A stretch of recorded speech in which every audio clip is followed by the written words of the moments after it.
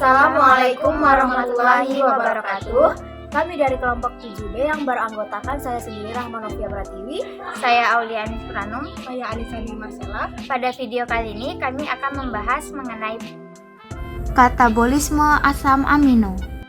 Adapun tujuan pembelajaran dari pembahasan kali ini yaitu mahasiswa mampu menunjukkan sikap tanggung jawab untuk memahami katabolisme asam amino. Bahan yang digunakan yaitu sampel tempe dan telur ayam serta materi katabolisme asam amino. Alat yang digunakan yaitu laptop dan handphone. Prosedur proyek 1. Mencari bahan pangan yang mengandung asam amino yang ada di lingkungan sekitar. 2. Mencari dan memahami materi mengenai proses katabolisme asam amino yang terjadi. 3. Selanjutnya lakukan pengeditan hasil rekaman tersebut agar mendapatkan hasil video yang maksimal. Katabolisme asam amino biasanya dimulai dengan pemutusan gugus amino. Gugus amino kemudian dapat dibuang dalam sintesis urea. Kerangka karbon yang dihasilkan kemudian didegradasi untuk membentuk satu atau lebih dari 7 produk metabolisme yang mungkin seperti asetil-CoA, asetoasetil-CoA, pirufat, alfa-ketoglutarat, suksinil-CoA, fumarat, atau oksaloasetat. Molekul-molekul ini digunakan untuk mensintesis asam lemak atau glukosa atau untuk menghasilkan energi. Sumber asam amino pada makanan. Tempe. Tempe adalah makanan berbahan dasar kedelai dan melibatkan aktivitas kapang atau jamur Rhizopus oligosporus dan Rhizopus oryzae dengan melepaskan berbagai enzim untuk memfermentasi kedelai. Tempe mengandung 16 asam amino, yaitu arginin, asam glutamat, asam aspartat, serin, histidin, glisin, treonin, alanin, tirosin, metionin, valin, fenilalanin, isoleusin, leusin, lisin, dan triptofan. Proses katabolisme asam amino. Jalur degradasi 20 asam amino. Secara keseluruhan, 10 asam alfa amino di katabolisme menghasilkan asetil-CoA, yaitu 5 asam amino yang degradasinya melibatkan pirufat adalah alanin, serin, glisin, sistein, dan treonin. Sedangkan 5 asam amino lain yang diubah menjadi asetil-CoA melalui jalur yang tidak melibatkan pirufat adalah lisin, triptofan, tirosin, fenilalanin, dan leusin. Adapun 5 asam amino yang didegradasi melalui alfa-ketoglutarat, yaitu glutamat, glutamin, arginin, prolin, dan histidin. Kemudian 3 asam amino didegradasi melalui suksinil-CoA, yaitu metionin, isoleusin, dan valin. Serta terdapat 2 asam amino yang didegradasi melalui oksaloasetat, yaitu aspartat dan asparagin. Berikut merupakan jalur katabolisme dari asam amino treonin, glisin, serin, sistein, dan alanin melalui pirufat untuk menjadi asetil-CoA. Treonin. Treonin dapat didegradasi melalui 2 jalur. Dalam satu jalur, treonin diubah menjadi pirufat melalui jalur 3 reaksi. Asam amino beta-ketobutirat, zat antara dalam jalur ini juga dapat bereaksi dengan CoAH untuk menghasilkan asetil-CoA dan glisin.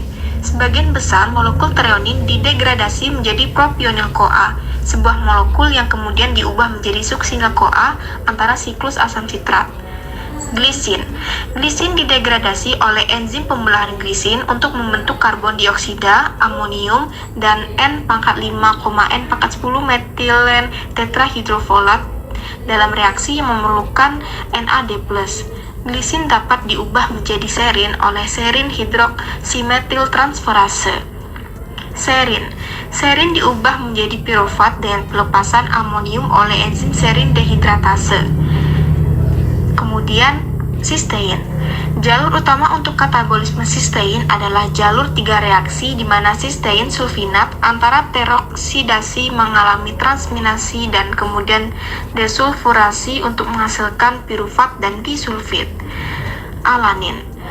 Reaksi transminasi reversibel yang melibatkan alanin dan pirufat merupakan komponen penting dari siklus glukosa alanin. jalur degradasi asam amino lisin, triptofan, dan leusin. 1. Triptofan diubah menjadi alpha-ketoadipat dalam 8 reaksi yang juga menghasilkan format dan alanin. Alanin yang diproduksi di jalur ini diubah menjadi asetil-CoA melalui pirufat. Asetil-CoA disintesis dari alpha-ketoadipat seperti yang dijelaskan untuk lisin. 2. Lisin diubah menjadi alpha-ketoadipat dalam serangkaian reaksi yang mencakup 2 oksidasi, penghilangan gugus amino rantai samping, dan transaminasi.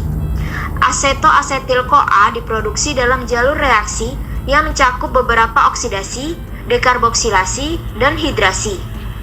Asetoasetil-CoA dapat diubah menjadi asetil-CoA dalam reaksi yang merupakan kebalikan dari langkah pembentukan badan keton. 3. Fenilalanin. Fenilalanin dihidroksilasi untuk membentuk tirosin oleh fenilalanin 4 monooksigenase dalam reaksi yang membutuhkan O2 dan tetrahidrobiopterin atau BH4. Tirosin terdegradasi menjadi asetoasetat dan fumarat. 4. Tirosin. Katabolisme tirosin dimulai dengan transaminasi dan dehidroksilasi. Homogentisat disintesis dalam reaksi terakhir, dikatalisis oleh enzim parahidroksipenil pirufat dioksigenase yang membutuhkan askorbat. Homogentisat diubah menjadi malailacetoasetat oleh homogentisat oksidase. 5. Leusin. Leusin merupakan salah satu asam amino rantai cabang diubah menjadi HMG-CoA dalam serangkaian reaksi yang mencakup transaminasi, 2 oksidasi, karboksilasi, dan hidrasi. HMG-CoA kemudian diubah menjadi asetil-CoA dan asetoasetat oleh HMG-CoA liase. Jalur degradasi asam amino glutamat, glutamin, arginin, prolin, dan histidin melalui alpha-ketoglutarat. 1. Glutamat dan glutamin. Glutamin diubah menjadi glutamat dan NH4+ oleh glutaminase. 2. Arginin. Arginin dipecah oleh arginase untuk membentuk ornitin dan urea. Dalam reaksi transaminasi berikutnya, ornitin diubah menjadi glutamat iesemi-aldehida. Glutamat kemudian diproduksi sebagai glutamat iesemi-aldehida terhidrasi dan teroksidasi. Alpha-ketoglutarat diproduksi melalui reaksi transaminasi dan deaminasi oksidatif. 3. Prolin. Katabolisme prolin dimulai dengan reaksi oksidatif yang menghasilkan alpha-1 pirolin. Molekul terakhir diubah menjadi glutamat iesemi-aldehida melalui reaksi hidrasi. 4. Histidin. Histidin diubah menjadi glutamat dalam 4 reaksi deaminasi non-oksidatif, 2 hidrasi, dan pelepasan gugus formamino oleh THF. Berikut merupakan jalur katabolisme dari asam amino metionin, isoleusin, dan valin melalui suksinil-CoA. Metionin pertama diubah menjadi homosistein yang pada gilirannya menghasilkan sistein dan alfa-ketobutirat. Alfa-ketobutirat didekarboksilasi untuk menghasilkan propionil-CoA.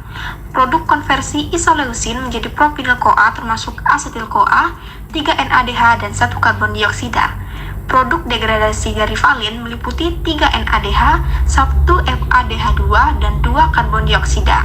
Selanjutnya, propionil-CoA dikonversi menjadi suksinil-CoA, yakni zat antara siklus asam sitrat.